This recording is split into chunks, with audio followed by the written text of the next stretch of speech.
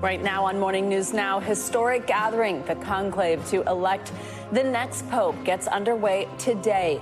This morning, 133 cardinals from around the world began their day with Mass at St. Peter's Basilica, and the first vote in the centuries-old process is expected to take place later today. We will head to the Vatican. Also developing this morning, the Supreme Court has allowed President Trump to reinstate a controversial ban on transgender people serving in the military. How that decision could impact the thousands who are currently serving. Now, in effect, beginning today, you will need a real ID to fly domestically. And the meltdown at Newark Airport continues with more delays and cancellations. We have the latest for you ahead. And Run for the Roses. It was a thrilling Kentucky Derby this weekend with Sovereignty coming out on top at Churchill Downs.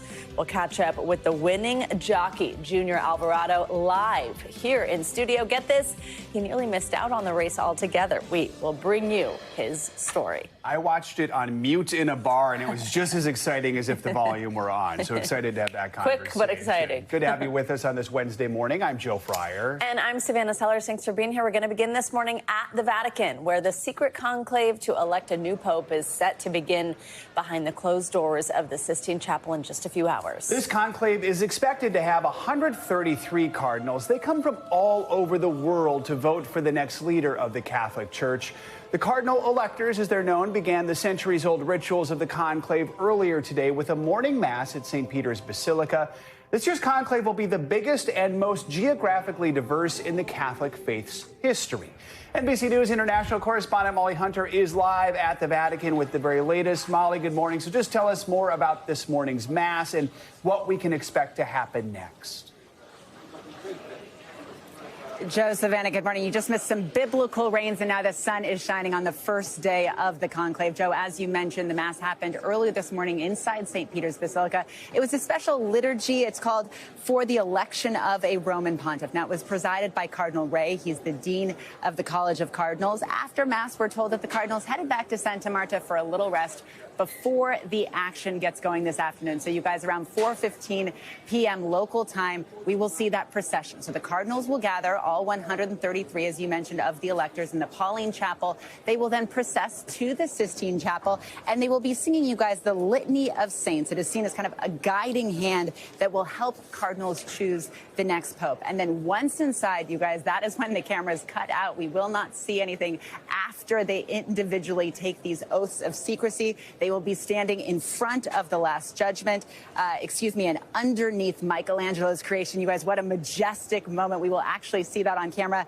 And that is when we hear extra omnis, everyone out, the camera cuts out, those doors are closed, and the voting begins. Molly, it is this sort of secretive process. I think we're all fascinated to learn the details you just laid out and want to know more about what happens behind closed doors. What do we know about how the Cardinals have spent the last few days preparing for this? Yeah, Savannah, so obviously I was here during the week that Pope Francis died and during the funeral. I then went home, but what was happening here in Rome was actually pretty dramatic, kind of Bravo-level drama, if you will, during the general congregation. So what happens in those congregations is people can speak freely. They're meant to stick to kind of 5-minute interventions, they're called, but a lot of cardinals, we understand, because of leaks to the press, mostly the Italian press, went over. And that is when kind of the real discussions get made after hours. They go to a glass of wine, they go to dinner, they have these conversations in apartments. And I actually spoke with our NBC News Vatican analyst, Chris White, about some of the kind of political maneuvering. Take a listen. There's a conversation that's happening inside the room, and there's a conversation happening outside the room, but they're not entirely separate. And so the Cardinals want people outside of the room to know what's happening inside so they can influence what's happening. It's sort of almost this grand circle, going in circles. That's also dramatic. Yeah, it is dramatic. It adds a real level of drama. It is dramatic because it is politics at the end of the day. I mean, of course, everyone that's going to go in that Sistine Chapel, they're going to take a vote, but everyone's also aware that leading up to that vote, there have been thousands of speeches, countless hours, dinners, coffees, all shaping how this is going to play out. Countless hours of dinners and coffees. You guys, one of the interesting things that Chris told me, too, is that there are actually kind of cardinals designated to whip votes. So they do have kind of a little internal tally, not a tally that we know as they head into the Sistine Chapel, but certainly there's a sense, Chris says, among the cardinals of who may be the leading contenders, who may be kind of lagging behind. But once inside the Sistine Chapel, no speeches, no more lobbying, just voting. Guys? I cannot wait for the Bravo show Real Conclave at the Vatican. Molly Hunter, as always, thank you so much. Gosh, it really is fascinating when she puts it that way. For more on the conclave, let's bring in Dr. William T. Kavanaugh. He's a professor of Catholic Studies and the director of the Center for World Catholicism and Intercultural Theology at Papal University. Good morning. Thank you so much for being with us, Doctor. Let's just first talk about who this person may be. What qualities do you think the cardinal electors are prioritizing when casting their votes for a future pope? Well, it's quite an extraordinary combination of qualities that are needed for the job, really. You need to be a pastor, so you need to be a good communicator and touch people's hearts. You need to be a theologian, so you need to keep an eye on the doctrine and keep a firm hand there. And you need to be a kind of CEO as well. And it's a large organization of 1.4 billion people, so you need to be a good manager. And it's really quite an extraordinary job to hand to somebody who's usually already of retirement age and should be sitting on a beach somewhere, but has been asked to do this job. And I think most of them are probably reluctant to say yes. And we've talked and made a lot of Pope Francis's legacy and his somewhat progressive nature and vision for the church, the direction he moved it in. How do you imagine those facts kind of trickle down into this process, the conversations that are going on, as Molly just explained, both, on-site and off-site, as people have these discussions? Do you think that that's a big focus here, and how do you see that playing out? I think it is a big focus, and a lot of people have different views about Pope Francis's legacy. So there's going to be, on one side, people saying we need to continue this. This was just what the church needed. This kind of closeness to the people at the margins, the poor especially, a kind of pastoral approach before a doctrinal approach, that you touch people's hearts before you try to clarify the doctrine. A reform of the finances, the globalization of the church, the inclusion of women and laity, synodality, this process of conversation, most basically. And a lot of people think that this is the direction that the church is going to need to continue to go in, and Pope Francis has pointed the way. And then there's another faction that is going to try to that thinks that there needs to be a correction of course. And so the byline amongst conservatives these days is that Pope Francis was peculiarly divisive and we need unity in the church. I don't think that's actually the case. I think every pope has people that disagree with him. It's just that this pope had a particularly vocal opposition. But they're going to be looking for doctrinal clarity. They're going to put the brakes on synodality. But I think that's a minority of the voting cardinals. Dr. Kavanaugh, I'm sorry to do this too, but we have to ask as we kick off this day, who do you think the top contenders are for the papacy? Well, how long do you have? I mean, I just saw a list of all of the contenders that have been named by various news outlets, and the list is 25 guys long. So it's really, one of the things that makes this particular conclave so hard to handicap is that Pope Francis named cardinals from all around the globe who don't have Vatican experience. They might be from Mongolia or Brunei or Central African Republic. And we just don't know much about them, and they don't know much about each other. They haven't spent a lot of time with each other, and they're just getting to know each other. And so there is a long list of contenders, but I wouldn't put too much stock in it. One of the main people that has been talked about, the leader, if there is one, is Cardinal Parolin. He's the Secretary of State. He's been Pope Francis's kind of leading diplomat. And he's seen as a kind of middle-of-the-road figure. He's not known for being charismatic. but he's known as a diplomat and is kind of a centrist figure. And he seems to be what most pundits think is the front runner, but I wouldn't put too much. I wouldn't go out and bet your retirement account on that. Lots to watch for here. Fascinating conversation. Thank you very much for joining us on an important day. Well, my pleasure. This morning, there are signs of a thaw in President Trump's trade war with China. U.S. officials plan to meet face-to-face with their Chinese counterparts this weekend to talk trade. There's still no signs, though, of a trade deal between the U.S. and Canada, despite Prime Minister Mark Carney's visit to the White House yesterday. The leaders met amid mounting tensions over tariffs on Canadian goods. President Trump repeated his belief that it would be beneficial for Canada to join the U.S. as the 51st state, something Carney flatly rejected repeatedly. As you know from real estate, there are some places that are never for sale. That's true. We're sitting in one right now, Buckingham Palace that you visited as well. That's true. And having met with the owners of Canada over the course of the campaign last several months, it's not for sale, won't be for sale ever. But the opportunity is in the partnership and what we can build together. NBC News senior White House correspondent Kelly O'Donnell joins us now with the latest. Kelly, good morning. So President Trump had a pretty unfriendly relationship with Canada's last prime minister, Justin Trudeau. He often mocked him by calling him Governor Trudeau, as if Canada were part of the U.S. So overall, how did this meeting go between the president and Prime Minister Carney? Well, Joe, expectations were high. This is an important relationship that has been going through a period of real strain. And this was a chance for these two leaders to meet face to face for the first time. And so Prime Minister Carney, of course, made so much of his campaign, which had in the early stages been an unlikely path toward the prime ministership. He used Donald Trump's attacks on Canada as part of his appeal to Canadians. So he came into the Oval Office with some of the trademark niceness, politeness of the Canadian people. And Donald Trump also did some of that as well. The president acknowledged that they had a warm meeting, nice meeting, those kinds of terms from President Trump. But we definitely saw that there are still big issues when it comes to trade, and there are tensions. But they went through the performative part of each kind of setting their lane. For Prime Minister Carney, it was important to stand up to President Trump, to do it in a nice way, but to be very firm about the fact that Canada will remain a sovereign country, part of the United Kingdom Commonwealth, and at the same time saying there's opportunity to work together, identifying Canada as the largest consumer of American products. So it is a start, and we'll have to see if they can actually get to a point of a resolved trade deal. The president's also been talking down the prospect of having written, signed agreements with a number of countries. Let's talk about another trade war front. You've got these first boats carrying Chinese goods with 145% tariffs arriving in L.A. this week.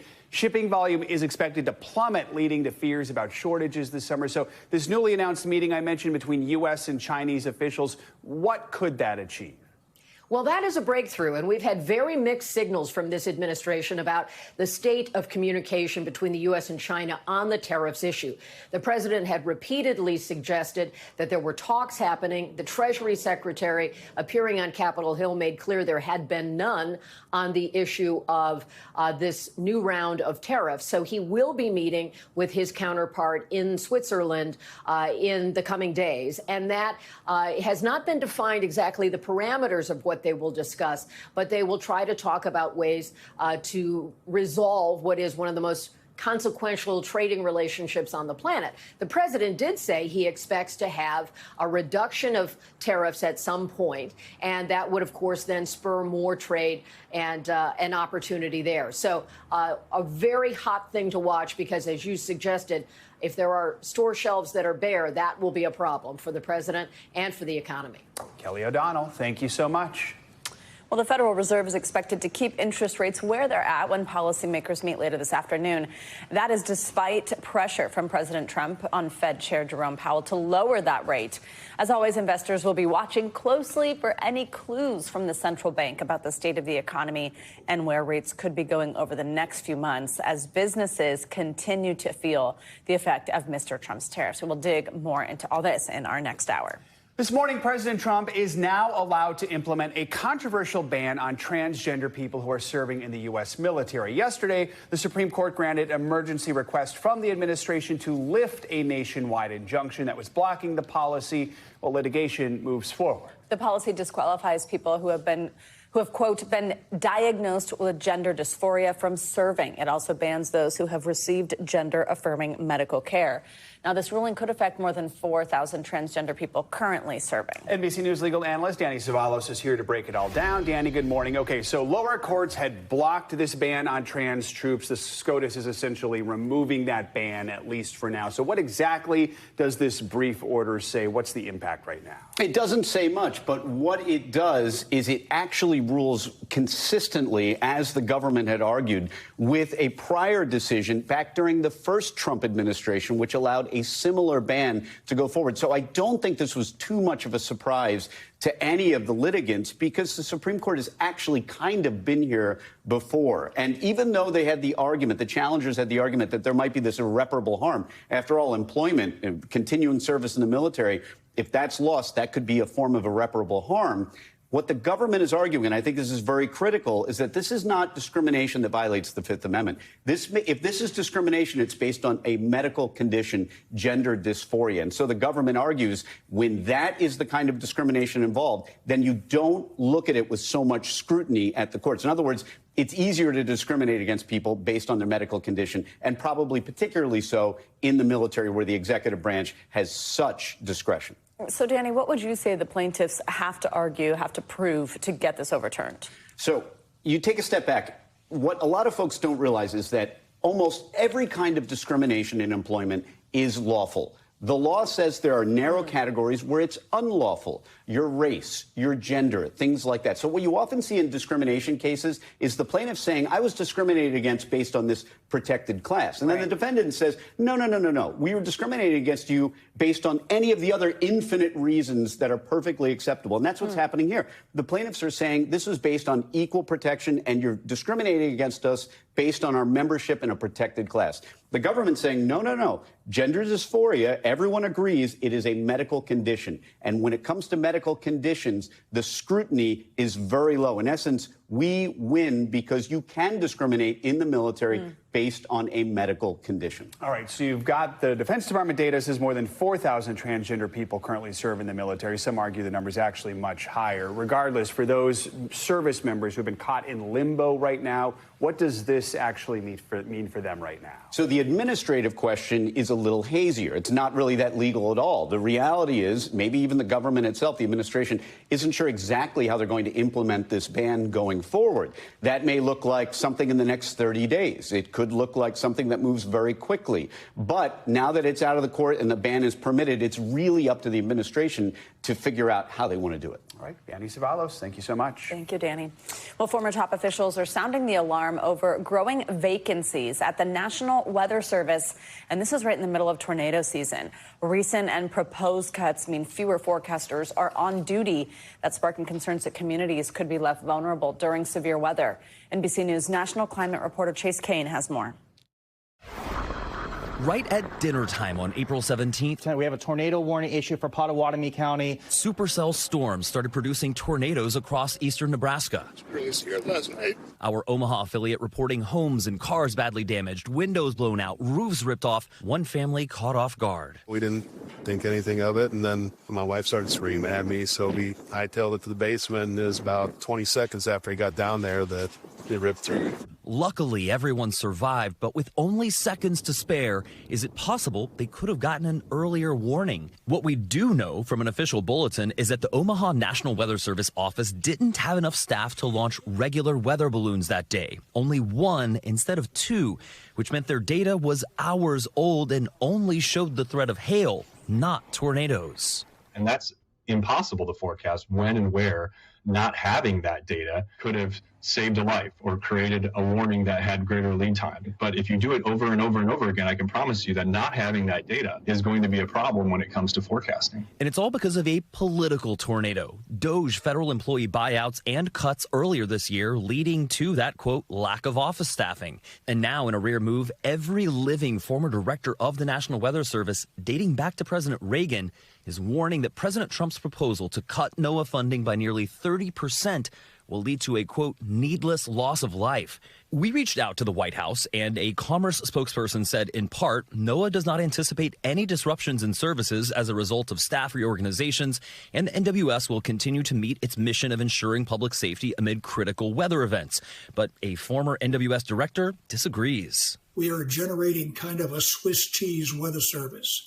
We have holes throughout the Weather Service now that are not well thought out. Republican Congressman Mike Flood represents the area hit by those 6 tornadoes on April 17th with a short-staffed weather office. So he called the White House to get more meteorologists to Omaha. For decades, the National Weather Service personnel have not been classified as public safety. They are clearly public safety, and that's something that we need to do in Congress. The last NOAA administrator, Rick Spinrad, also tallied that so far, staff cuts have cost the Weather Service 7,000 years of collective experience. It's like having incoming missiles and not being able to tell anyone when they're coming or where they're coming. A NOAA spokesperson told NBC News work is underway to restore services at local forecast offices around the country. There are things in NOAA that I'm sure could be improved, but you don't do that improvement with a hatchet and just randomly cut large chunks. Weather in this nation should not be a political issue.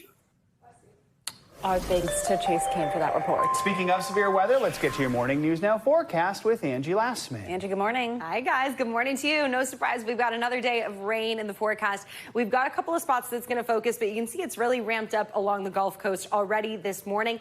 This is going to be one of the trouble spots, and essentially extending from Texas all the way to the Florida Panhandle up through Atlanta. It's a soggy morning for New Orleans, Mobile, Montgomery, and these are just some of the spots that we're going to watch for the potential for flooding as the day goes on. We've already got really saturated grounds, so no surprise if the additional heavy rainfall in this region causes some flash flooding. We've already got those flash flood warnings that are in effect as well. Here's the setup. We've got this system that's going to keep that kind of focused across parts of the south, but we've also got some of these scattered storms that'll be focused for the plains and the Midwest through the day today. And then notice tomorrow, it's basically from the northeast to the southern plains that we see the potential for some of those unsettled weather and some of those stronger storms. So we'll be watching for that here as we get into tomorrow as well. Today, here's the area that we'll watch for that severe threat into the afternoon and evening hours. Victoria right in the bullseye of that. Hail looks to be our biggest threat.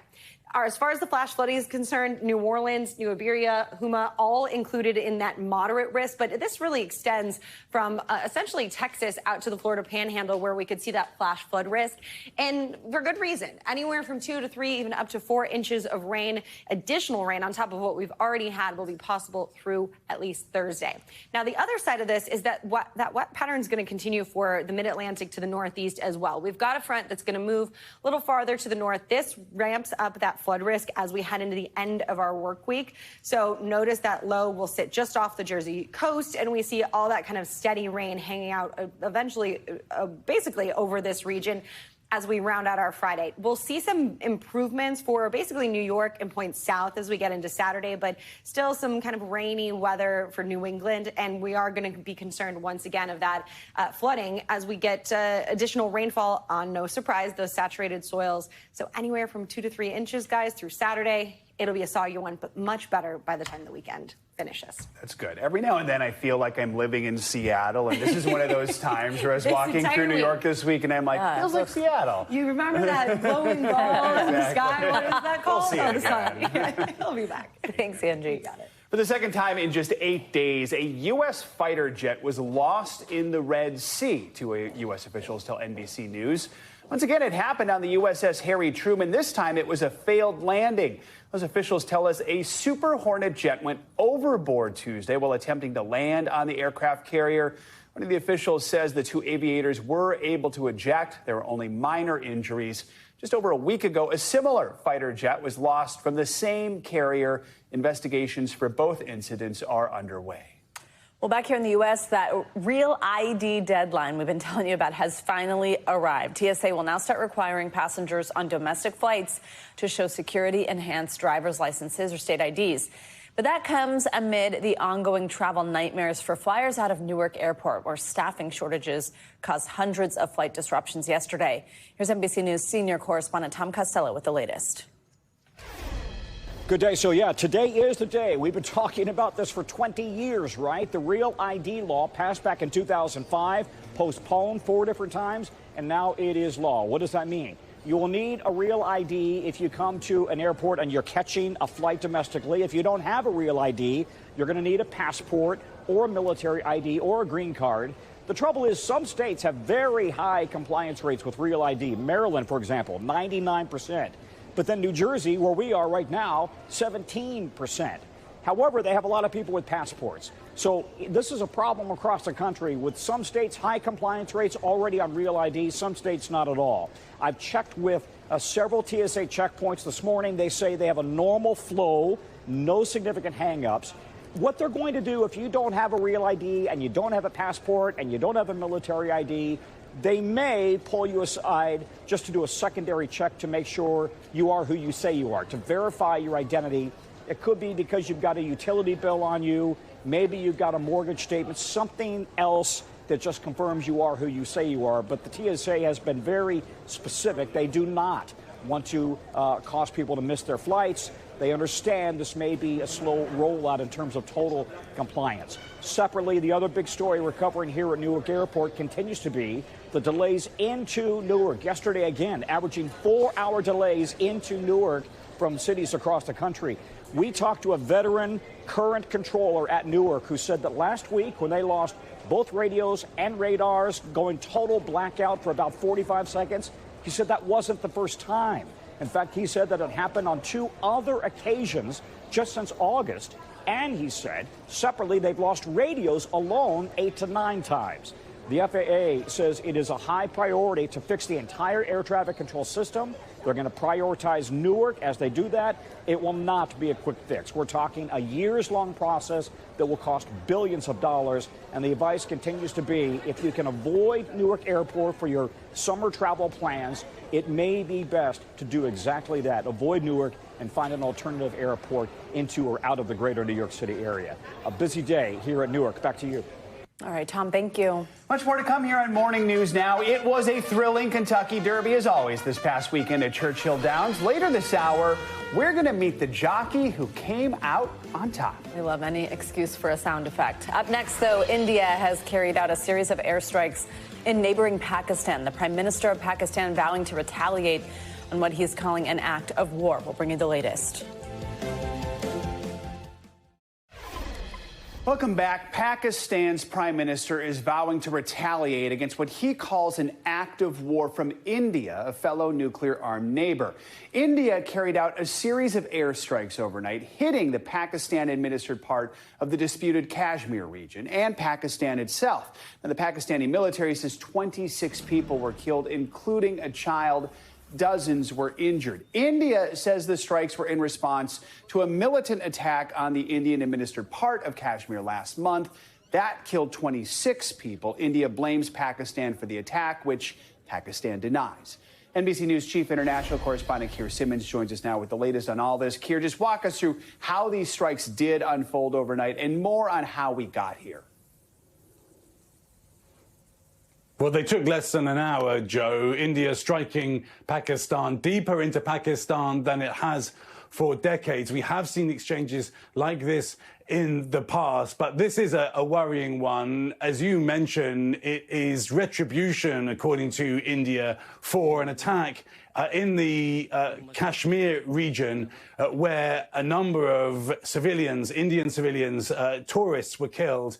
Now, that attack by militants, India says, came from the Pakistan side, and that Pakistan should, at the very least, have prevented it. So it has struck back, it claims, in a measured way, but both sides saying that civilians have been killed. Pakistan saying 26 on its side, and on the Indian side, 10 as Pakistan responded. So this morning there are again fears that the two countries are on the brink of war. Pakistan says it did shoot down 5 Indian fighter jets. What has India said about this? What kind of retaliation just could we see from Pakistan? It hasn't confirmed, India, that those jets have been shot down. There is footage of wreckage of a fighter jet. So if that is the case, then that would suggest that these strikes have not gone as smoothly as India might have wanted. But what we have right now are these images of strikes in the night. And both sides, of course, keen to claim that they were able to defend themselves or able to strike back after what India says was a terrorist attack. So I think it will take some time to see the full picture. And of course, as you mentioned, there are threats again of retaliation by Pakistan. And when you have a deadly escalation like this between 2 nuclear powers, the world is going to pay attention. What's some of the global reaction we're getting? Yeah, I mean, look, this is an escalating international crisis for the White House. Many capitals on many sides, including China, in Russia, in Europe, urging the two sides to de-escalate. The United Nations saying the world cannot afford a conflict between Pakistan and India. President Trump speaking soon after it appeared he had heard the news last night. Take a listen. It's a shame we just heard about it, just as we were walking in the doors of the Oval. Just heard about it. I guess people knew something was going to happen based on a little bit of the past. They've been fighting for a long time. You know, they've been fighting for many, many decades and centuries, actually, if you really think about it. No, I just hope it ends very quickly. And Joe, Secretary of State Marco Rubio, who is also acting national security advisor, has spoken with leaders from both countries, urging them to, quote, keep lines of communication open and avoid escalation. As we've said, Joe, both sides have been through this before, but it is no less dangerous, Joe. All right, Keir, thank you so much. Well, amid escalating tensions in the Middle East, President Trump said overnight that 3 more hostages being held by Hamas have died, leaving 21 alive. Israel's government later released a statement appearing to dispute that by saying 24 were believed to be alive. It comes after that announcement by Israel that it plans to seize the entire Gaza Strip, intensifying its offensive and ramping up its military presence in the Palestinian enclave indefinitely. Well, meanwhile, the U.S. and Houthi rebels have officially agreed to a ceasefire in the Red Sea after weeks of bombing attacks. NBC News International correspondent Hala Gourani is live in Tel Aviv, Israel, with the latest for us. Hala, good morning. So as part of that ceasefire deal I just mentioned, the Houthi rebels have agreed to stop interrupting these important shipping lanes in the Middle East, but they do not plan to scale back their attacks on Israel. We understand it. Tell us what else has been agreed to.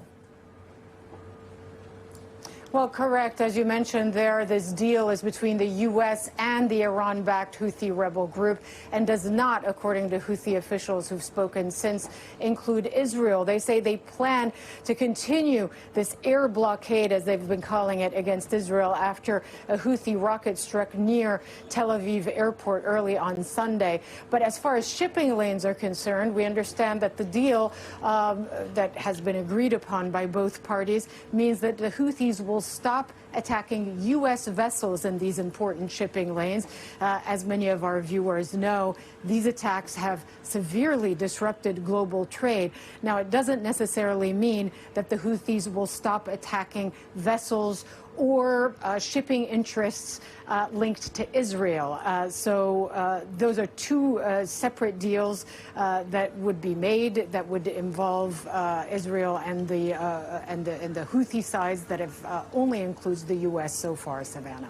Hala, let's also discuss what we know now about the hostage situation. This difference over numbers, what is the latest there? Tell us about the discrepancies and what number we do believe is alive still. Right. Well, as you mentioned, President Trump said 21 hostages remain alive, Israeli captives inside of the Gaza Strip.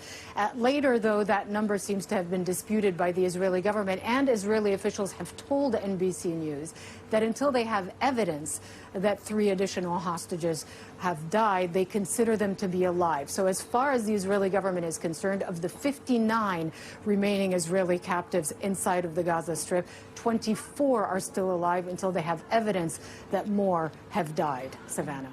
President Trump is scheduled to make a trip to the Middle East next week. Has he weighed in here on Israel's planned military expansion into Gaza? And do we plan for that to be discussed while he's there? Well, we know that Israel is lobbying President Trump to include Israel in his Middle East trip that is planned for this week, and that includes Saudi Arabia, Qatar, and the UAE. But right now, officially, it's not on President Trump's schedule. They, as you mentioned, announced an expansion of military operations inside of the Gaza Strip that would explicitly include retaking of territory inside of the besieged enclave, unless a ceasefire deal is agreed upon that would allow for the release of the remaining hostages inside of the Gaza Strip. So if President Trump makes a stop in Israel, it would presumably only be to make some sort of significant announcement like a ceasefire deal, but otherwise it's not on his official schedule. Savannah. All right, Hala, thank you very much. Coming up, a new innovation aimed at helping spot breast cancer early. When we come back, we'll show you the so-called smart bra being developed by scientists at MIT. You are watching Morning News Now.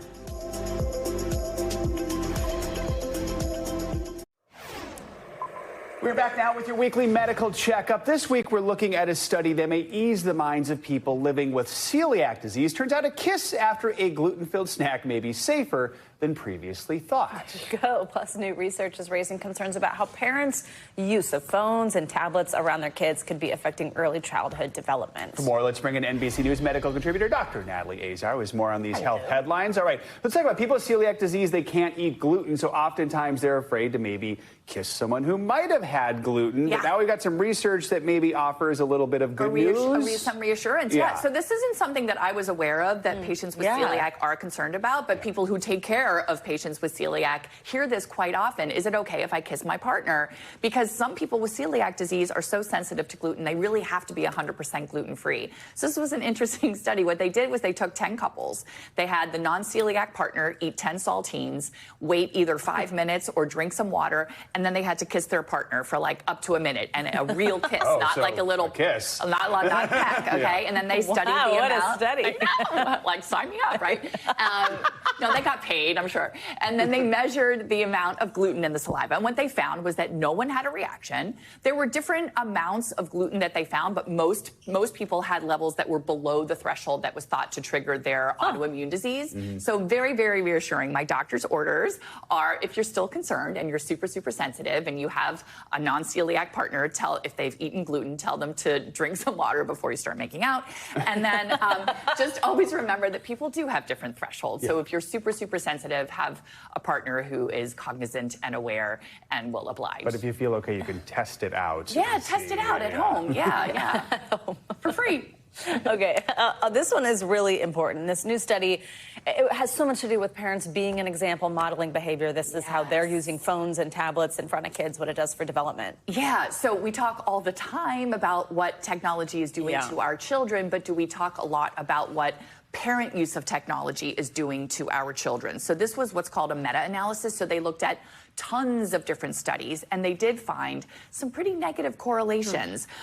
They found that the more use that a parent had of their technology was linked to cognitive issues in their children, that because, of course, it's disrupting the normal flow of interactions, kids can feel ignored. And a couple of things that I thought was interesting, that it impacted their internal behaviors and their emotions, so they were keeping things to themselves, but it also negatively impacted their external behavior, i.e. maybe acting out a little bit, right? So my doctor's orders are to set boundaries for yourself, just like you do with children. Make sure that you have your no phone zones, and that applies to you and to your kids, whether it's watching TV in the evening or at dinner time, right? But we have to be models for our own kids, and I think this is another reminder. And this was with little children because we're affecting their early development, but I would argue that it's important for all of our interactions. I have teenagers. I think it's equally important and a good reminder. Yeah, we do quickly want to hit on this study Yes. out of Arizona. It says more people are ending up in the hospital for cannabis-related problems, many mental health-related. Right, exactly. So over a period between 2016 and 2021, cannabis hospital visits were up by about 20% in Arizona. And what they found was that a quarter of the people admitted had a mental health disorder. So that could include depression or bipolar or anxiety disorder or even psychosis. They say very clearly that legalization of recreational marijuana probably had nothing to do with this because that came later. But it was legal for medical uses that could play a role. Doctor's orders are know your risk. We don't know if this is chicken or the egg. Is there an underlying mental disorder that you're self-medicating with cannabis, or is cannabis causing psychosis? Because this is important. We know that the cannabis concentration is much higher than it was decades ago. And consult your doctor before use. If you're someone who's potentially at risk for a potential mental health complication, you need to be careful about your cannabis use. All right, Dr. Azar, thank you. Great as always. Let's now take a look at a new innovation that could change how women are screened for breast cancer. Scientists at MIT are developing a wearable device that turns a simple bra into a powerful tool for early detection with images delivered straight to your phone. And as Priscilla Casper from our affiliate in Boston shows us, the technology has even been put to the test in space. Just think, women, the next time you put on a bra, you could be checking your health and getting the results within seconds. This is the ultimate goal that we would like to do, in which you have the ultrasound beams inside with flexible electronics, and it is placed in kind of a, I would say, insole. Associate Professor Canan Dagdeviran and her team at the MIT Media Lab are pioneering new wearable ultrasound technology that fits in a specifically made bra for early breast cancer detection, featuring a breast patch and magnets to hold the scanner in place. It's comfortable, and one scan costs less than $3. You have black and white image, and all these things are happening within sub-seconds. And then the picture is sent to your computer or phone, and then to cloud. Then your medical doctor can see an AI-supported report to see what's happening. And this is personal to her. She lost her aunt to breast cancer at 49 years old, 6 months after receiving the diagnosis following a regular routine mammogram screening. I was spending her last 12 days with her, and one day, just to relax her as an engineer, I sat by her bedside and took a piece of paper and sketched an ultrasound bra and asking feedback from my aunt. That out-of-this-world idea sketch taking new heights. The technology was most recently tested on Harvard grad Amanda Wen as she traveled to space on Blue Origin's all-female crew mission. She was very kind enough to get our technology and check how this technology is going to function in microgravity, and our hope to collect a lot of data, and by using the AI to predict what will happen to the breast tissue over time. Our thanks to Priscilla Casper for that report. Fascinating. Coming up, we are learning more about allegations against Motown singer Smokey Robinson. Up next, we'll tell you about a new lawsuit against the music icon that alleges he abused a group of women for years. Stay with us. We are back with some serious allegations against one of the most recognizable names in music. Smokey Robinson is being sued by 4 women who say they endured years of sexual abuse while working in his home. NBC News Now anchor Kate Snow has more.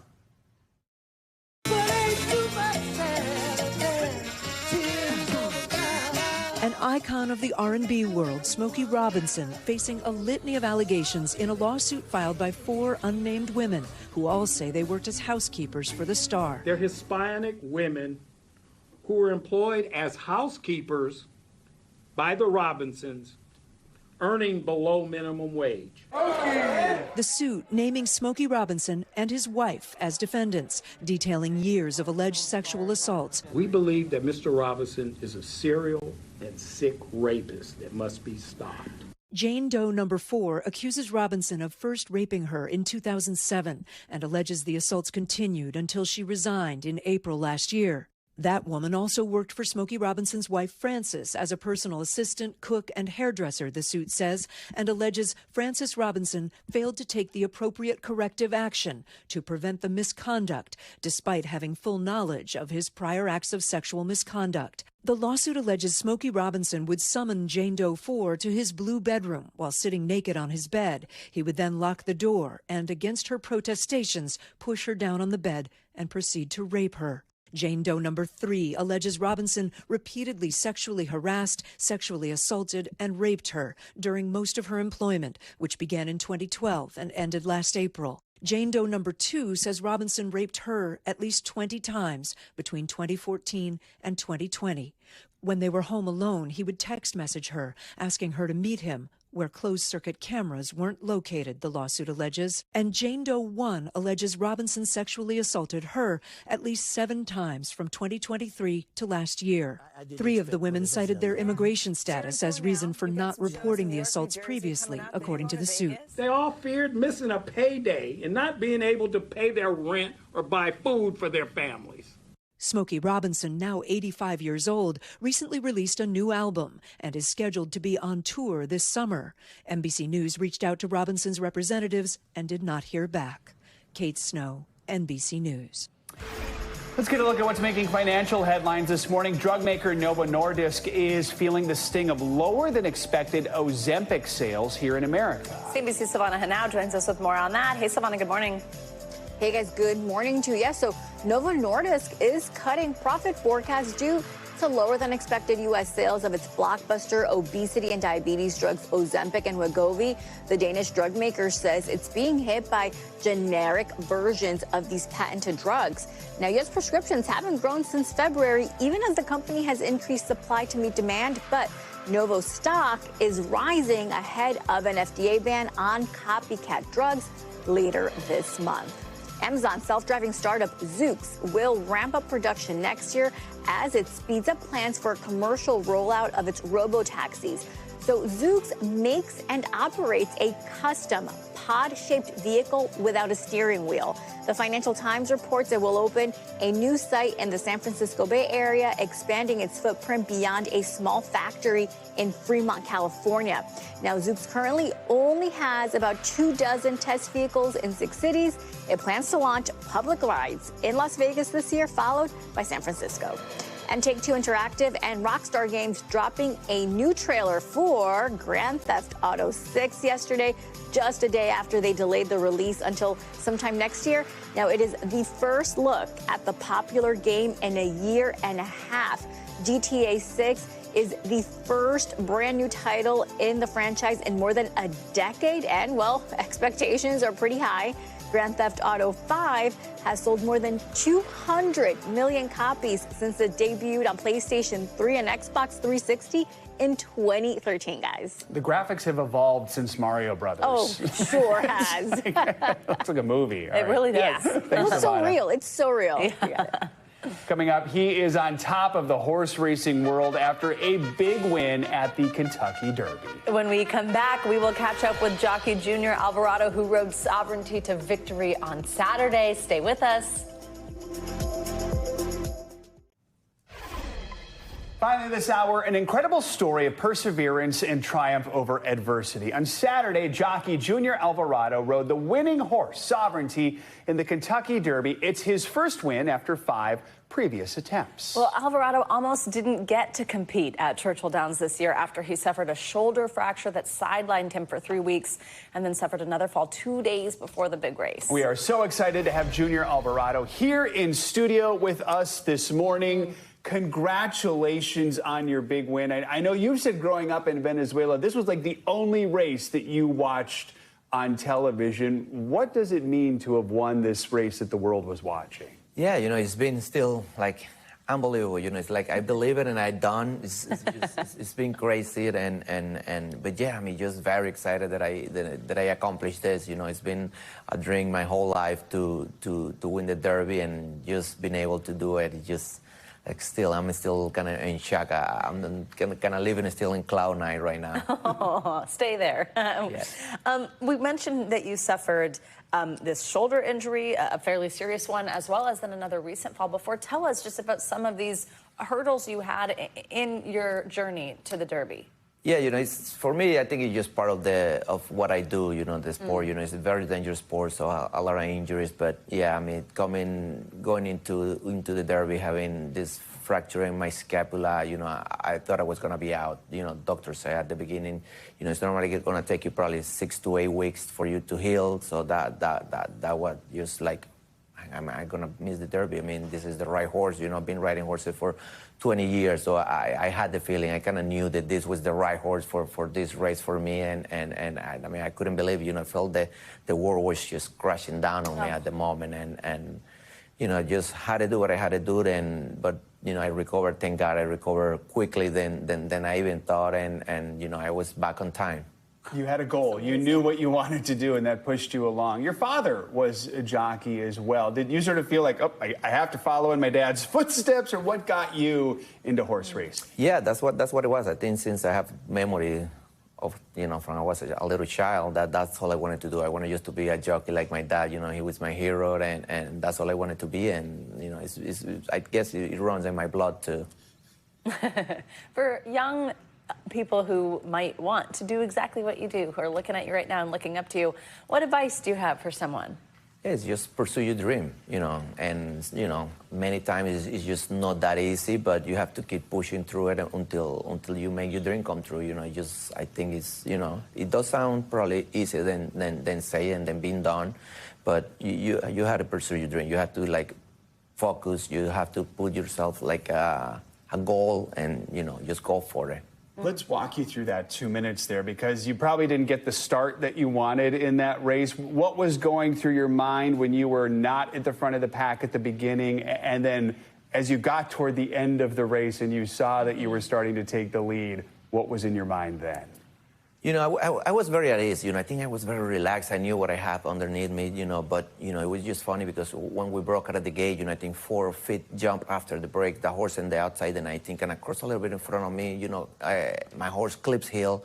And at that time, I just think, I hope my horse didn't lose his shoes, because on a ground like that, you know, you lose the shoe, the horse lose the shoes, and he wasn't going to be able to get a hold of the track, you know. But, you know, thank God that didn't happen. And, you know, he fell a little bit farther back than I wanted to be honest, but he was moving pretty well. So I knew, I was like, you know, he's moving still pretty good. So I knew I'm going to have a horse at the end, and that's what I just stay focused to keep in like in a good rhythm. And you know, when we turned for home and I asked him for his best, you know, he was there for me. It was just unbelievable feeling, knowing that he was going to get that for me. It was meant to be.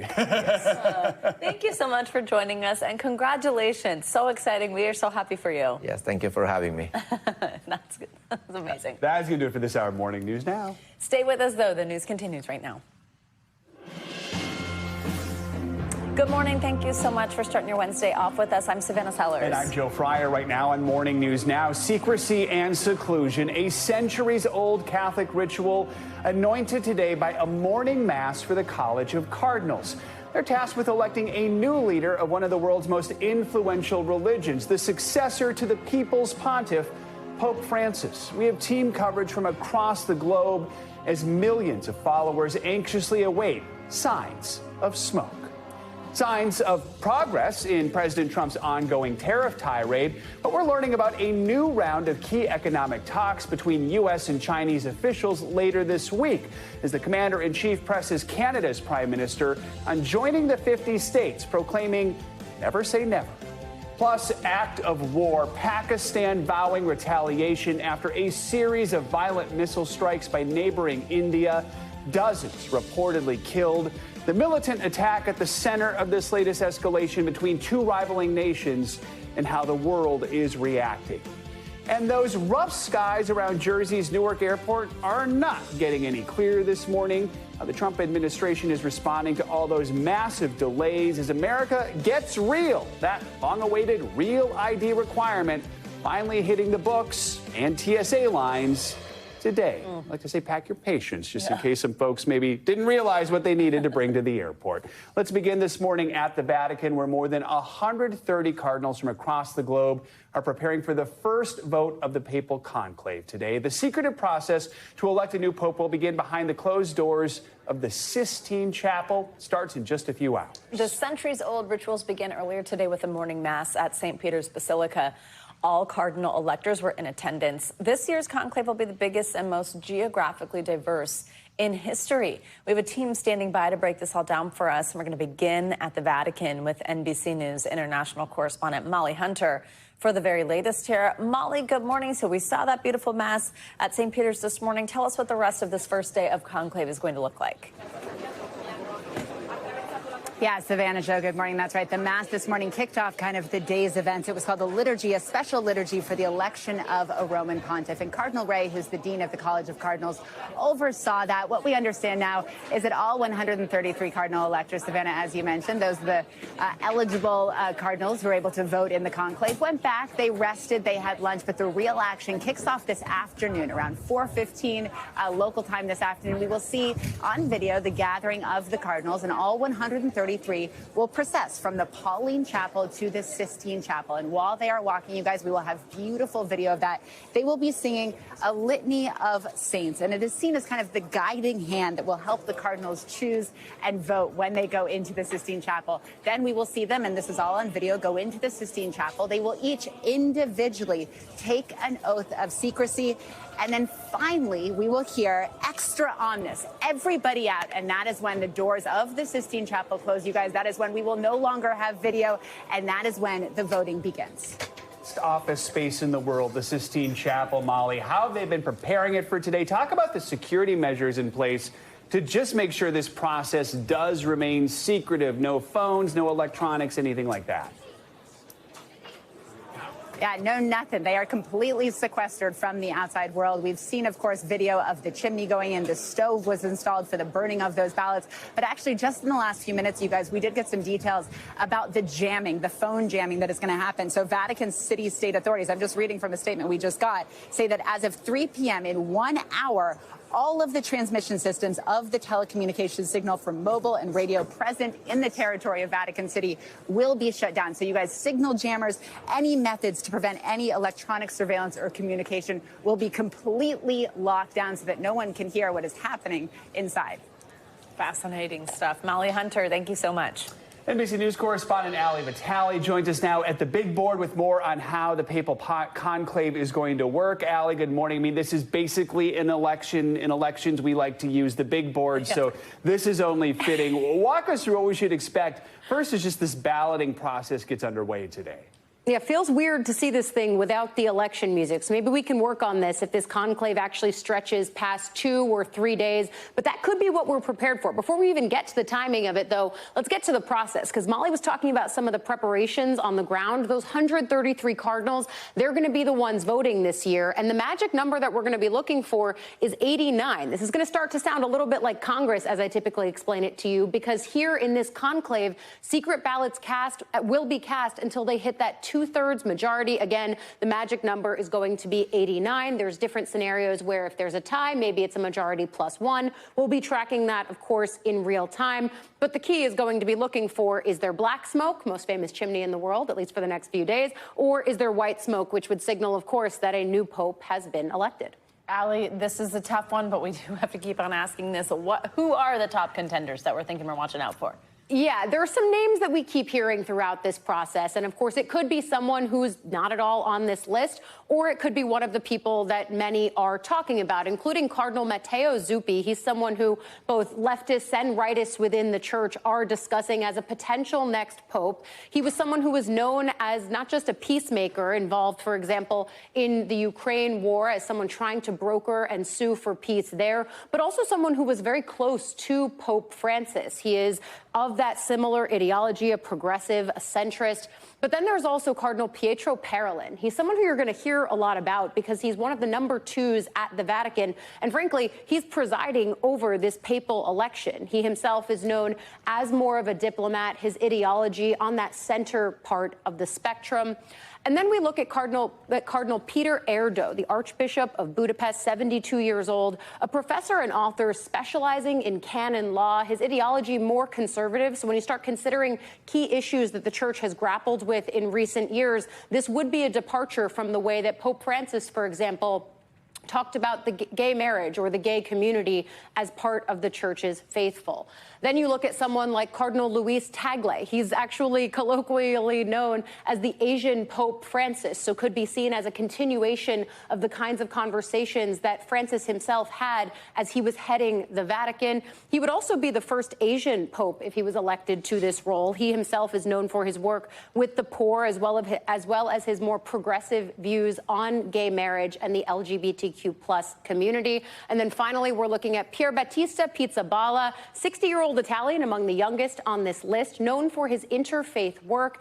Also seen as a Vatican outsider, so if we're trying to be predictive on ideology, because he spent most of his time in the Middle East, it's a little bit of a question mark what kind of ideology he would bring to this role. And sadly, if he's picked, he probably can't take the name Pope Pizzaballa, but that would be cool. If only. If he pizza could. dance. We ask often about how long this process could take, and obviously we don't know. I'm intrigued by the fact there are so many new cardinals this year. There are so many of them. Yeah. They're getting to know each other now. I think I've heard they have to wear name tags. There's so many. So does history give us some sort of guide about how long this process could take?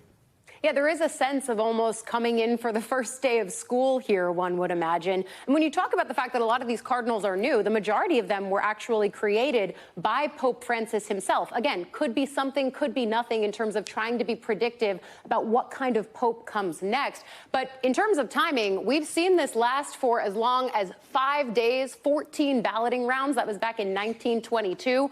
Could also be as short as it was in 1939. 2 days and 3 balloting rounds. And really, that would mean that the process would kick off today. We're only going to see one ballot cast today, one plume of smoke rise. Maybe it ends very quickly. That would frankly be historic. Or it stretches into another day where we will end up then seeing 2 plumes of smoke sent per day, and or rather 1 plume of smoke sent per day, 2 balloting rounds per day. So we'll be seeing if and when they make their calculus. But again, this could be a lengthy process or this could be quite short. We will be watching the chimney for all that we need to know. Okay, I like Pope Board. Pope There Big we go. Board. Pope Big Board. That's awesome. All Pope right. Big Board. Thanks, It Allie. needs a hat, though. Well, for more analysis, let's bring in Professor Kathleen Sprouse-Cummings. She's the director of the Cushwa Center for the Study of American Catholicism at the University of Notre Dame. She's also the author of several books, including A Saint of Our Own, How the Quest for a Holy Hero Helped Catholics Become American. Kathleen, thank you very much for being with us, Professor. Let's talk about some politics here of the conclave. How different is this group of cardinals, the sheer size of it, of course, but also just the makeup of it from the one that elected Pope Francis? It's wonderful to see the election board, but of course it's so different than a presidential election. There are no names on the ballot. Any one of these 133 electors could be written in. And this is the largest, as you say, the largest ever and the most diverse ever. This is the first conclave where European electors don't constitute a majority. They're 40% of the electors, still a significant block, but not a majority. Cardinals coming from all over the world. They don't know each other that well. They spent a lot of time in meetings the last 10 days or so trying to get to know each other and to discern priorities. But really, the unpredictability of this conclave is something that distinguishes it from earlier ones. Professor, as we mentioned, there are more American cardinals eligible to take part in the conclave than ever before. In fact, the U.S. bloc is second only to Italy. How much influence do we think the U.S. church has in shaping who could become the next pope?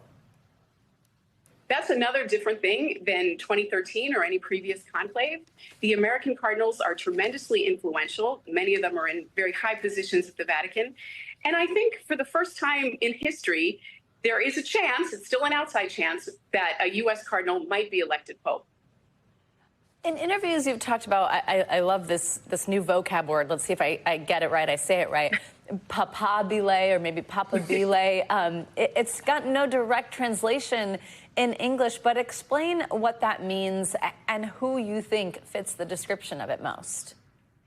Yes, it's papabile, no exact English translation, but it means people who are being talked about as possible candidates, people who tick all the boxes, have those qualities. So of the 133 electors, probably only about 20 might have all the qualities, the charisma, the global sensibility that the next pope is going to need, the managerial experience, the pastor's heart, there's quite a few qualifications, and few people have all of them. So among the ones that are talked about the most frequently, some of the names were up there. Pietro Parolin, the Cardinal Secretary of State. That would be very similar to what happened in 1939 when Pope Pius XII was elected.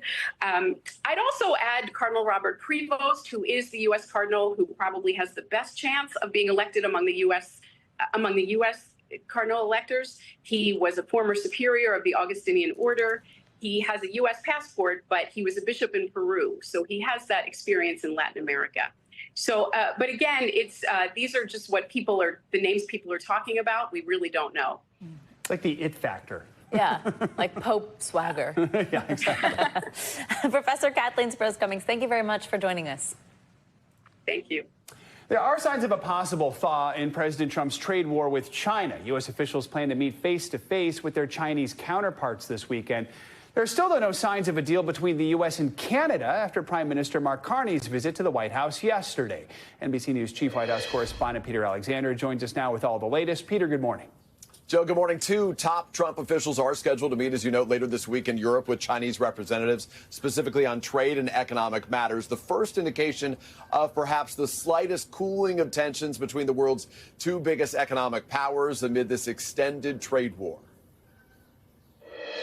This morning, signs of progress and a possible pullback for the U.S. in its standoff with China over tariffs. American and Chinese officials announcing talks in Switzerland beginning Friday amid their ongoing trade war. Treasury Secretary Scott Bessent, who will lead the talks, tempering expectations. My sense is that this will be about de-escalation, not about the big trade deal. But we've got to de-escalate before we can move forward. A Chinese official overnight saying, if it's a fight, we will fight to the end. If it's a talk, the door is open. President Trump, who previously said the U.S. was already in trade talks with China, now backtracking. They want to negotiate and they want to have a meeting. We'll be meeting with them at the right time. It comes as the president is expressing frustration about growing questions when the numerous trade deals he promised will be finalized. Everyone says, when are you going to sign deals? We don't have to sign deals. They have to sign deals with us. Amid the tariff turmoil, the number of cargo ships arriving in Los Angeles from China is down more than a third. The port's director warning, deal or no deal, Americans should prepare for fewer products and higher prices. Even if we get a trade framework right now, it's still going to take a while to replenish the inventory across the United States. There's also no sign of any imminent trade deal with Canada as its newly elected Prime Minister Mark Carney made his first trip to the White House. We don't do much business with Canada. We are the largest client of the United States. NBC News' Gabe Gutierrez asking the president about his call for the annexation of Canada. Mr. President, you have said that Canada should become the 51st state. Were you joking? No. Well, I still believe that, but you know, it takes two to tango, right? But no, I do. I mean, I believe it would be a massive tax cut for the Canadian citizens. Carney ready with his reply. As you know from real estate, there are some places that are never for sale. Never say never. Never say never.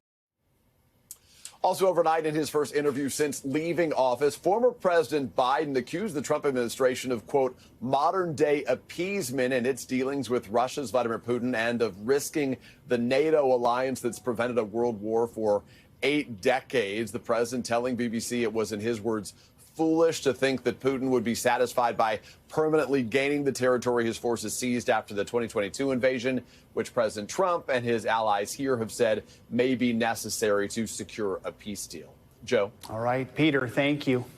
Let's continue this conversation with our friend, Investopedia editor-in-chief Caleb Silver. Hey, Caleb. So as we heard from Peter, looks like Treasury Secretary Scott Bessent meeting with his Chinese counterpart in Switzerland this week for talks. We kind of heard some, laying out of expectations there, and maybe that it's not going to result in anything huge. But is this at least a positive step for diffusing trade tensions with China? How are markets viewing it? Yeah, markets, and if you look at futures, are a little bit higher this morning, probably on that news. And you have the Treasury Secretary and Jamieson Greer, who's the U.S. Trade Representative. Those are the two highest officials in these negotiations going on behalf of the United States. You don't think they'd make the trip if there wasn't serious conversations. I don't think we'll see a massive deal, but I think investors and everyone would like to see a reduction in the tension, maybe a 90-day pause. Maybe we bring things down to that 20% level where we started. I doubt that will happen, but any talks should be positive at this point in time, as long as they point towards a de-escalation of the trade war, because it's hurting both countries. China just cut its interest rate and just did a big bank stimulus yesterday just to keep its economy going. It's struggling as well. Caleb, of course, you're keeping an eye on what you just mentioned, today's Federal Reserve meeting. I know you'll give us the countdown. Also, tell us your expectation and what you're going to be listening for, those key words, the reading of the tea leaves from Fed Chair Jerome Powell. Yeah, just in about 5 hours and 42 minutes and 30 seconds, we'll get a decision from the Federal Open Market Committee, and they will decide not to lower interest rates. The Fed is in a tricky place right now. The inflation has actually come down after several years of keeping interest rates high. They finally have inflation where they want it, and they have an unemployment rate in this country of 4.2%. That's pretty close to full employment. The Fed's job is done as far as it's concerned. Lowering rates will only trigger more inflation. The Fed doesn't want to do that because it knows inflation and higher prices are coming in the form of tariffs. What we won't get today out of the Fed is a summary of economic projections and what it calls its dot plot, the most boring yet a most important chart in economics showing where they think rates should be. We'll get that at the next meeting, which is in 41 days, 5 hours and 38 minutes. So we'll just get probably no decision today, lots of questions at the press conference, but no movement and probably more barbs from the president thrown at the Fed chair for not lowering rates immediately. And what does that no movement mean for us and our wallets? Well, we know where interest rates are, 4.25% to 4.5% right now. That means your credit card APRs are going to stay high, mortgage rates are going to stay relatively high, and new car loans are going to stay high right now. So we're going to have higher interest rates for longer, but they've come down from September. We're just not going to get a reduction right now. The economy, as far as the Fed is concerned, is in a decent place, but we have a lot of information, and we have tariffs coming our way, and that's going to slow us down. We had a big slowdown in GDP in the first quarter. The Fed's watching that closely, but probably won't move on interest rates today. All right, Caleb, thank you. The Trump administration is acknowledging there is no quick fix when it comes to the ongoing situation at New Jersey's Newark airport. For nearly 2 weeks, passengers there have faced lengthy delays and cancellations because of serious staffing issues with air traffic controllers. Starting today, the TSA is enforcing the Real ID deadline nationwide. NBC News senior correspondent Tom Costello, who covers all things aviation, has the very latest. Yeah, we have been talking about and hearing about Real ID for years, 20 years to be exact. It's here today. So that means you will need a Real ID or a passport or a military ID or a green card when you come through a TSA checkpoint. So far, TSA checkpoints that I've checked in with nationwide say it's a pretty normal day, pretty normal flow. They really don't want to prevent people from flying. Meanwhile, here at Newark, the focus continues to be on the slowdowns. Yesterday, arrivals into Newark averaging 4 hours, in large part because of the problems with air traffic control. And one veteran current controller tells me that last week when they lost radios and radars, that was not the first time. 2 weeks and Newark Airport is still struggling. This is like 3 extra layers of stress. The problem, a shortage of air traffic controllers and equipment failures. Just got told that the approach lost all the radars. 3 of the 4 radar screens went black. A current veteran Newark airspace controller tells NBC News that a temporary blackout of both radio and radar systems from last week has happened at least 2 other times since last August, and that radios alone have gone down as many as 9 times. That controller says, quote, "We lost all radios, no backups. Everything went down." Adding they fear if it happens again, people could lose their lives. The question is, can I do something more quickly to train controllers? And the answer is no.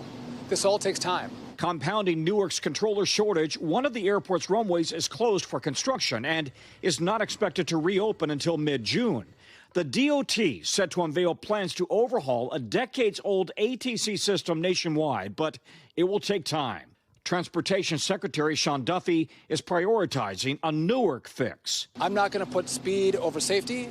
It's going to be as fast as we can and as safe as we can. On Tuesday, arrivals at Newark averaged delays of 4 hours or more. I got a text saying my flight would be delayed I think it was about three different times. And it all comes as the Real ID requirement is now in place for travelers nationwide. That golden star is key. The TSA says 81% of current air travelers already have an acceptable form of ID, including a passport.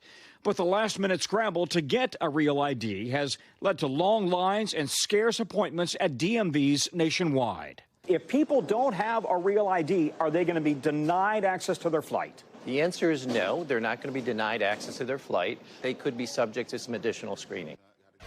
Back here at Newark Airport, where United Airlines, as you know, has cut back roughly 35 flights, daily round-trip flights a day out of here. United and JetBlue are waiving change fees. The FAA is slowing the arrival rate into Newark, trying to essentially manage the system as best it can.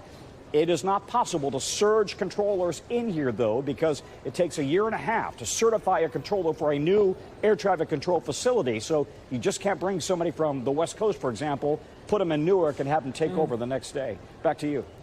Thank you, Tom. Appreciate it. Let's go check now on your morning news now weather. Andrew Lastman joins us with this. Of course, hi, Andrew. Good morning. Hi, guys. Good morning to you. We've got another soggy one already developing across parts of the Gulf Coast. It is a rainy morning, and we've got some thunderstorms stretching from Houston to New Orleans, out to Panama City, and up through Atlanta. These southern storms are going to be just some of the focus through the day today. We've got some other spots that we'll see some rain develop as well.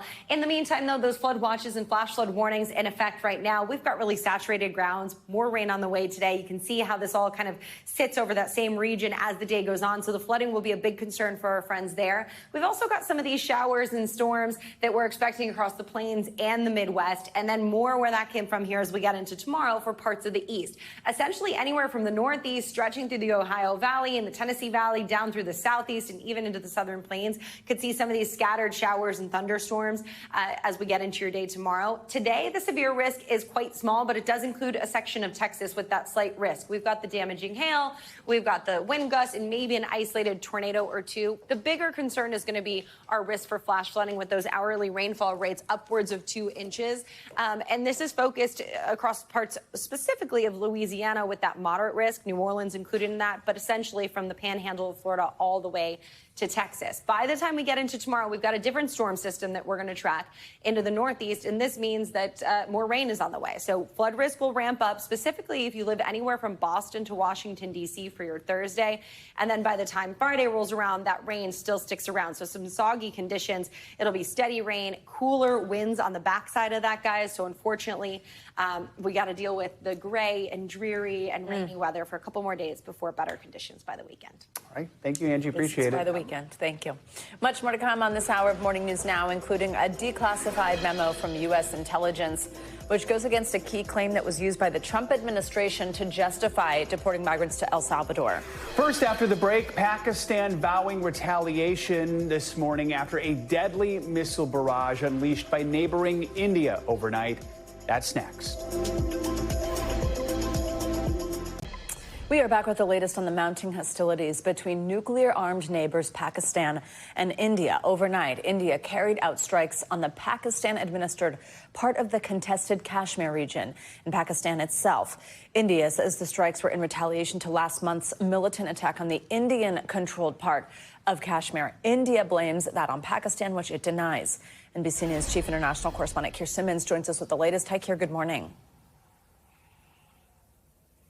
Hey, Savannah, and this is an escalating international crisis for the Trump White House. Two of the world's nuclear powers, India and Pakistan, exchanging fire, with both sides saying civilians have been killed. This morning, fears that they are again on the brink of war. This morning, the aftermath of a sustained air assault against Pakistan by its neighbour, India. Overnight, explosions seen and heard as the two nuclear-armed countries exchanged fire. The White House scrambling to de-escalate a potentially treacherous conflict. India says it hit, quote, terrorist infrastructure in Pakistan. But Pakistan says 26 civilians were killed, including children. And this morning, the wreckage of a fighter jet. Pakistan says it shot down Indian planes. All of these engagements have been done as a defensive measure. Flight tracker sites showing commercial jets rerouting away from Pakistan amid fears of more. President Trump heard the news just before a White House appearance. Oh, it's a shame we just heard about it. They've been fighting for a long time. You know, they've been fighting for many, many decades and centuries, actually, if you really think about it. No, I just hope it ends very quickly. Tensions between India and Pakistan soared after a deadly militant attack killed more than 24, mostly Indian tourists last month. It's the latest clash over Indian-administered Kashmir, claimed by both countries, but these airstrikes went far beyond that region. 3 wars have been fought over Kashmir. Now India and Pakistan in conflict again, as around the world leaders call for calm. The UN warning the world cannot afford a conflict between India and Pakistan. And Savannah, the Secretary of State, Marco Rubio, who is also acting as National Security Advisor, has spoken with leaders from both countries and urged them to, quote, keep lines of communication open and avoid escalation. Both sides, Savannah, have been through this before, but it is no less dangerous. Savannah? All right. Keir Simmons. Keir, thank you so much. A newly declassified memo drafted by U.S. intelligence agencies seems to contradict one of President Trump's reasons for one of his controversial immigration policies, deporting migrants to a prison in El Salvador. Now, the memo disputes the Trump administration's claims that the Venezuelan government is working with a notorious gang. For more, let's bring in NBC News intelligence reporter Dan DeLuce. Dan, good to have you with us. So you have a new article out after getting a copy of this memo. So tell us, what does this document have to say about the relationship between this gang, Transgender, and Venezuela's government?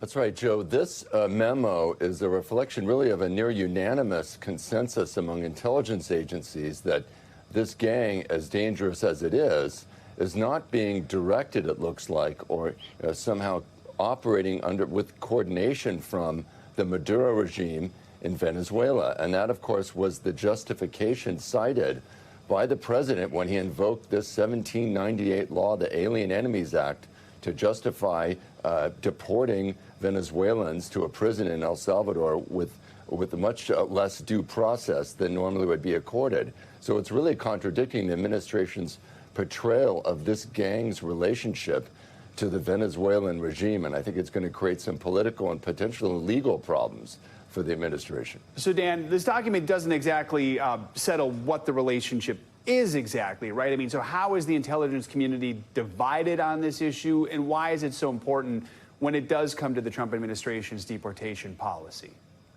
That's right. So there was a partial dissent reflected in this memo that was declassified, and the FBI was the one agency that didn't fully agree 100% with the assessment. They agreed with it overall, but they said there were some officials in the regime in Venezuela that were facilitating the movement of gang members from Transgender to the U.S. and other countries to destabilize those countries.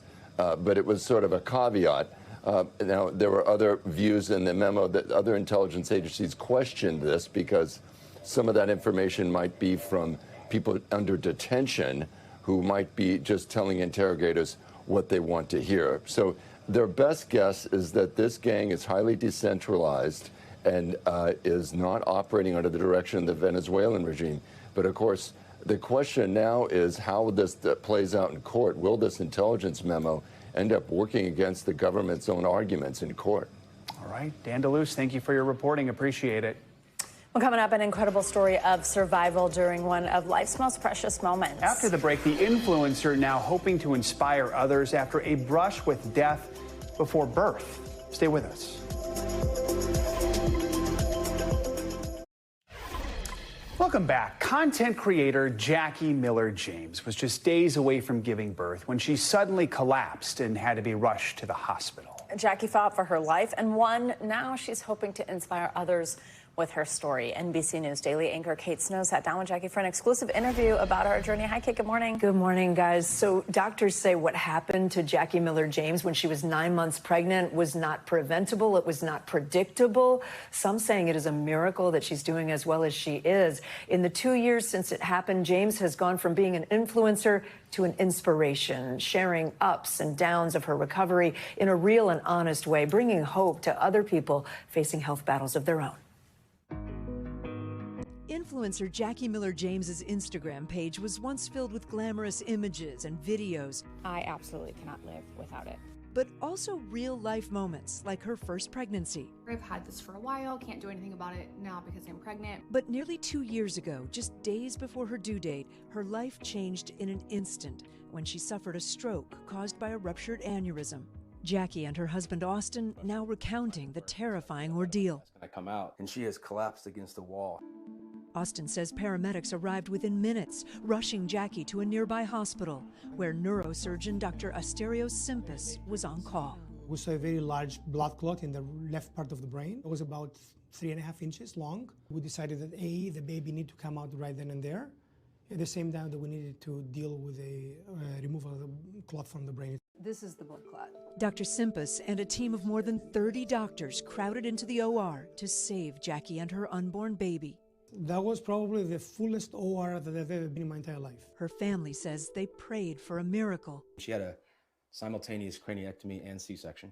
One of the doctors comes out and he says, your daughter's going to die if we don't deliver her.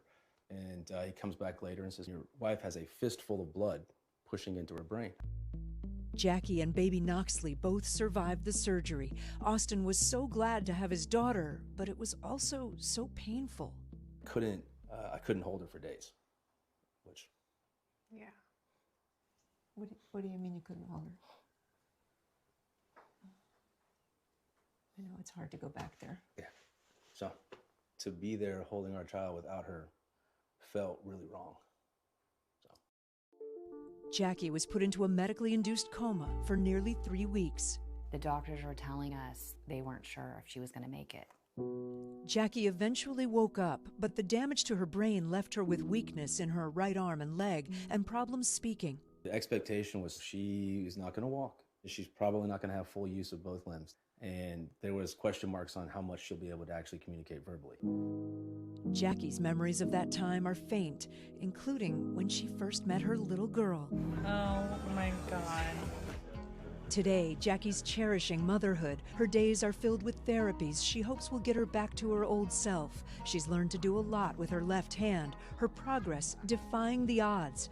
On her social media platforms, she's giving her followers an unfiltered look at her recovery. There are times when it's hard. Yes. Oh my God. Absolutely.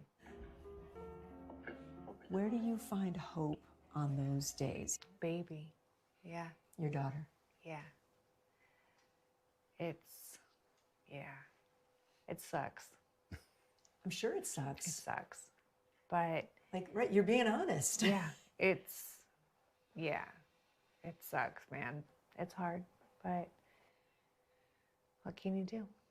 My speech, my leg and my arm, it's just like, it's a little bit stronger, but more though, more. And you want more. Yes, absolutely. Jackie's family has been by her side every step of the way, and they're leaving no stone unturned, searching for the latest in experimental treatments. What's the goal of trying lots of different types of therapies? We want to make sure that we know that we did everything we ever could have done to get as much of her recovery back as possible. We are going to make sure that this isn't the end of Jackie's story. Jackie hopes to inspire others, something her family says she's been doing for them all along. She's the glue that keeps us together. She's never asked why me. She's always focused on the positive moments. So a testament to why we keep fighting too. As Jackie's husband, Austin, told me, there were so many dominoes that had to fall into place for Jackie to have the outcome that she's had, from the paramedics arriving quickly to their home being just minutes away from an excellent hospital, to the doctor that you saw who happened to be on call that night. He was the exact specialist that they needed to perform her surgery. Her family calls it a miracle, guys. They say they're counting their blessings. They're not done fighting. You saw her sisters in the piece talking about all the things they're trying to help bring her back to, ultimately trying to get her back as much as they can to the way she was physically before all of this. By the way, they also said they do want to expand their family one day, if they can. Well, she has the right support group around her. Yeah, a huge family support. God, the sisters and her husband, just what a story. And parents too. Yeah. Thank you, Kate. Coming up, major changes soon coming to Netflix. After the break, we're going one-on-one with the streaming giant CEO on some new features that'll really shake up your viewing experience. That is next. Stay with us. We are back with a major shakeup in the weight loss industry. Weight Watchers, once a pillar of that industry, has fired Chapter 11 bankruptcy. And instead of it being the end, the company's CEO tells us in a broadcast exclusive that it is a strategic move to position itself more competitively. NBC News senior business correspondent Christine Romans is here with more on this. Christine, good morning. Good morning to both of you guys. Weight loss drugs have really disrupted the diet industry, right? The diet business in a very big way. And this morning, Weight Watchers is trying to find its place in this new landscape. Its message to its 3 million members, Weight Watchers is here to stay. Weight Watchers, it's not a diet. From the commercials once seen everywhere, I love bread, to the icon who championed the brand and the lifestyle, Weight Watchers is a major cultural force that went beyond the fitness space. Do you have a minute? I'm very busy with time-sensitive work. You can tell by the reflection in your glasses that you're entering points into WeightWatchers.com. But with the rising popularity of GLP-1 drugs like Ozempic and Wegovy, the demand for Weight Watchers' traditional diet programs took a hit. And now the company has filed for Chapter 11 bankruptcy in a bid to shed its more than $1 billion debt and reposition itself in the industry. Tara Comont is Weight Watchers president and CEO. We are going through this transaction to strengthen our financial foundation for Weight Watchers moving forward so that we can innovate and compete and continue to invest in our business. The company's been around for more than 6 decades, revolutionizing and destigmatizing dieting while bringing its food point counting method to millions. They realized that diet and any sort of behavioral change is very much a community-based program. Oprah Winfrey became the face of Weight Watchers in 2015 and sat on the board for 9 years before stepping down last year, sending shares plummeting. She revealed 2 years ago she was taking a weight loss drug, telling People magazine, "I'm absolutely done with the shaming from other people, and particularly myself." In 2023, Weight Watchers joined the prescription drug weight loss business, acquiring a telehealth company to help its customers get GLP-1 drugs. In order for the results of medication to really be sustainable and healthy, they are much better served within a holistic and a comprehensive model of care. And that is what we provide. But healthcare industry analyst Stephanie Davis believes Weight Watchers was late to the game on weight loss drugs. I just think the future of Weight Watchers may look less like a diet club and more like a virtual clinic. Now, the CEO telling Weight Watchers 3.4 million members that the company isn't going anywhere. Its services will remain unchanged as it goes through bankruptcy over the next 45 days. And the CEO tells us the company will focus on innovation and expanding that telehealth business. So much has changed. Yeah, I know, but right? At its root, Weight Watchers has been successful for so many people. They're just new options out there. Yep, and they have gotten into that telehealth game. You know, they do understand that these drugs are a part of the, a really big part of the whole weight loss strategy. So we'll see more on that, I'm sure. Christine, thank you. Thank you.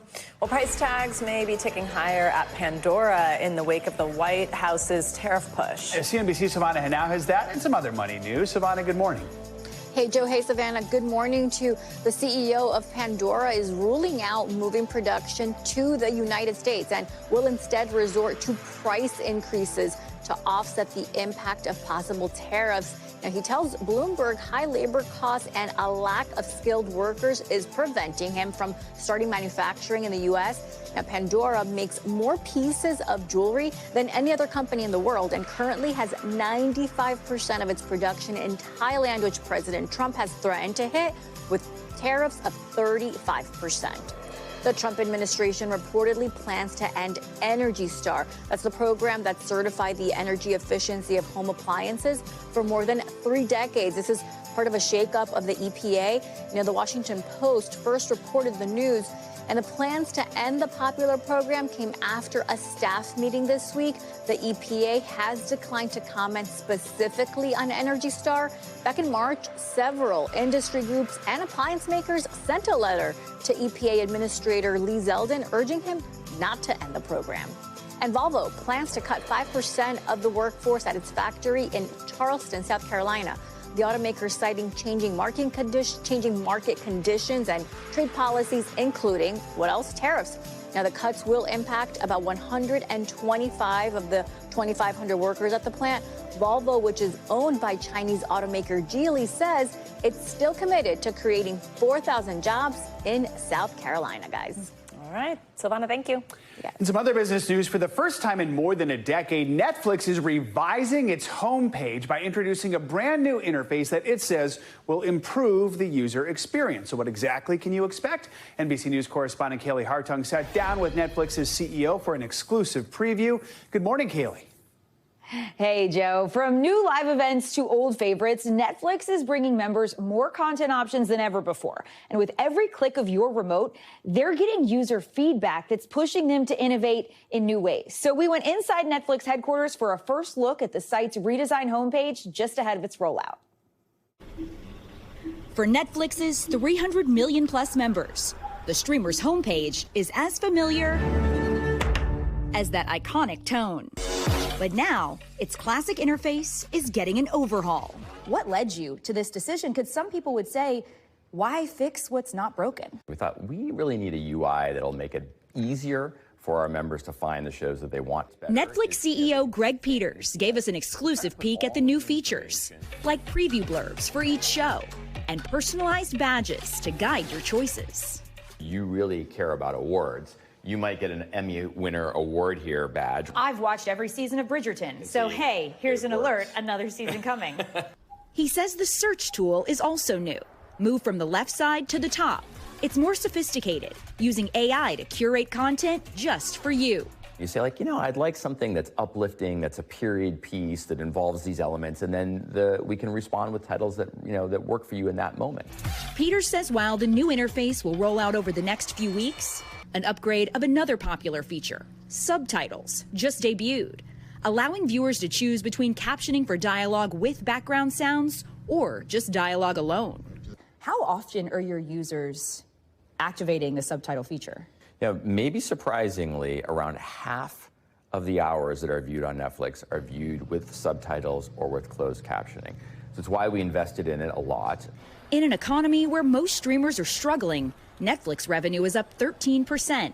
The company investing $18 billion this year in new content, funded in part by those subscription price hikes that have left some consumers fuming. Netflix is really out here doing their customers dirty and just being greedy. Given the stress the economy is putting on so many people, are you comfortable holding prices where they are now for the foreseeable future? Our job is to keep trying to work to make the service better and then hear from members when, that right moment to make a price change would be. So we're not changing anything in that regard. He says fans have a lot to look forward to in 2025, like new seasons of Squid Game. Hold still! Wednesday. I'll think of you. And Stranger Things. And a bigger roster of live content, from sports and music to dating shows. The dating experiment, we're finding love, is totally live. And then also talk, I hear, of a singing competition show? You'll see a bunch of different things from us that we think are well suited to the live event. So there might be those competition shows where, like, at the finale, we're all waiting to see who actually pulls it off. Despite all the success, Netflix has had its stumbles. Technical glitches during live events, enraging audiences, and viewer backlash to hype shows like Meghan Markle's With Love, Meghan. Meghan Markle has eaten Jack in the Box it's and so loves it. It's funny, too, that you keep saying Meghan Markle. I'm Sussex now. It's like really bad. I know that Netflix is just trying to recoup the money with hate watching. Do you all pay attention to the way fans react on social media? Really, at the end of the day, we're looking at, what is the viewing behavior? Because that's the thing that matters the most. Are we satisfying viewers and are they watching? So as for those prices, which you heard Greg Peters say are holding steady for now, Netflix says half of its new subscribers sign up for that cheaper plan with ads, and that it actually makes more revenue than the higher price no ad tier. So it's really become a win-win for both Netflix and subscribers, Joe. All right. Kaylee, thank you. Well, coming up, we are digging into the future of shopping with a little help from artificial intelligence. After the break, the new app setting its sights on finding you the best deals. But how does it work exactly? The Gen Z leading ladies of FIA are with us up next to share how they're making waves as young business owners blazing a trail in tech. Stay with us. This is Morning News Now. Okay, how fun is that? We are back with the latest installment of our series, Making Waves. You might have just seen it's Waves with a Z because we're putting the spotlight on Gen Z. And this morning we are talking to the brains behind FIA. It's a new AI-powered shopping app that's designed to help you find the best deals by comparing prices of new and used items. FIA co-founders, they're also the co-hosts of the Burnouts podcast. They're also former roommates, which I just love. Phoebe Gates and Sophia Kiani join me here on set. Good morning, ladies. Good morning. Thank you for having us. Oh my gosh, thank you for being here. Congratulations on launch and on the podcast, on so many things. What I love about what you're doing with FIA is that it's something that I feel like a lot of us who shop online do ourselves. You like find one thing, then you're looking across all these websites to see if it's cheaper somewhere. It often is when you buy it secondhand, which is also better climate-wise anyway. Tell me the inspiration behind this and how it works. Totally. So you can really think of FIA as Google Flights for fashion. So the way that FIA works is as you shop, FIA in one click finds you the best prices for the item that you're looking at from across the internet, both secondhand and new. And we really got the inspiration living together as roommates who fought over clothes, loved fashion, and also wanted to shop sustainably while saving time and money. And so we found an easier way to shop secondhand. Okay, and roommates, like, were you best friends right away? I think it took a little bit for the two of us. I mean, when you're randomly paired roommates with someone, you're not sure. But we just bonded so quickly over, we both had a love for fashion. We both, were young, working super hard. And so for us, we really saw as we started to work on this idea that we weren't the only young ladies who wanted to shop like a genius and just wanted that to be easy. But was launching in the tech space difficult? Like, tell me about how you funded, how, I know listening to your podcast, I've learned a little bit behind the scenes of like people that you worked with to make it happen. But how difficult was that to start from scratch on something? It was honestly really exciting because we built a tool that we wish existed. And so on launch, seeing the reception from all of these thousands of women who went to FIA.com, who downloaded the app and the extension, it was really heartening because we built this tool for women like us who want to shop savvier, who want to shop smarter, and we brought incredible women into the fold. So we partnered with Sarah Blakely and Kris Jenner. We brought them on as angel investors, and so I think that was really important from us to learn from the women who came before us, who are incredible businesswomen who we're extremely inspired by. Tell me what a conversation with Kris Jenner is like about investing in your idea. Nerve-wracking. I think for us, one thing that she really taught us is this idea of just throwing stuff against the wall and seeing what hits. And I think for us, that's how we really learned to adapt and listen to user feedback. And that's actually how our graph was developed to show you whether an item's a good price or not, whether it's a good buy, and whether there's alternatives. So really quickly learning from consumers and taking that honest feedback. I feel like talking to her was a little bit nerve-wracking, but she definitely hammered home the point about just testing and iterating consistently. How has it been being in rooms where I'm sure you're usually the youngest and probably by far? What's that conversation been like mentally even for you? I think for us, it's about giving young women the confidence to do that because I, look back at, okay, it's hard for us to learn how to develop this product. We had to take our first shots. We had to learn what was working and what wasn't working. People have done so much harder stuff. So for us, it's really about having the confidence. And we got that from a lot of the female mentors we have, like Sarah Blakely and Kris Jenner, who could give us a pep talk and be like, hey, step up. This is what you need to do. Because it's important for other young women to know that they can start a company too. Also, tell me about getting the call from Alex Cooper for your podcast. Because you're part of the Unwell Network, which is a huge deal. Honestly, a big thing that we leaned into early on was this concept of founder-led marketing. And so from the beginning, we really wanted to share our journey building FIA with other people. We invite like 40 women every 2 weeks into our office to give us honest feedback. We give them pizza. They come, they use the app and the extension, and they tell us what they think. So cool. And so in talking to Alex Cooper, sharing our journey with her, she was really excited to partner to kind of open source that knowledge of we're female entrepreneurs. We're doing this from the ground up. Here's how we did it. This is our journey. These are Kris Jenner and Sarah Blakely, incredible women we are learning from. We want our audience to learn with us. So neat. And it's a great listen. I highly recommend it, even if you're not thinking of starting your own company. We only have like 30 seconds left, but we love in this segment for you guys to complete this sentence. Gen Z is... hungry. Multifaceted. Love that. Great answers, ladies. You had them ready to go. So great to meet you. Congratulations on the launch, on the podcast. I'm so happy for you both. Thank you so much. Great you to can meet you check guys. Thea out at thea.com. There you go. Woo! That's going to do it for this hour of Morning News Now. Stay with us, so the news continues right now.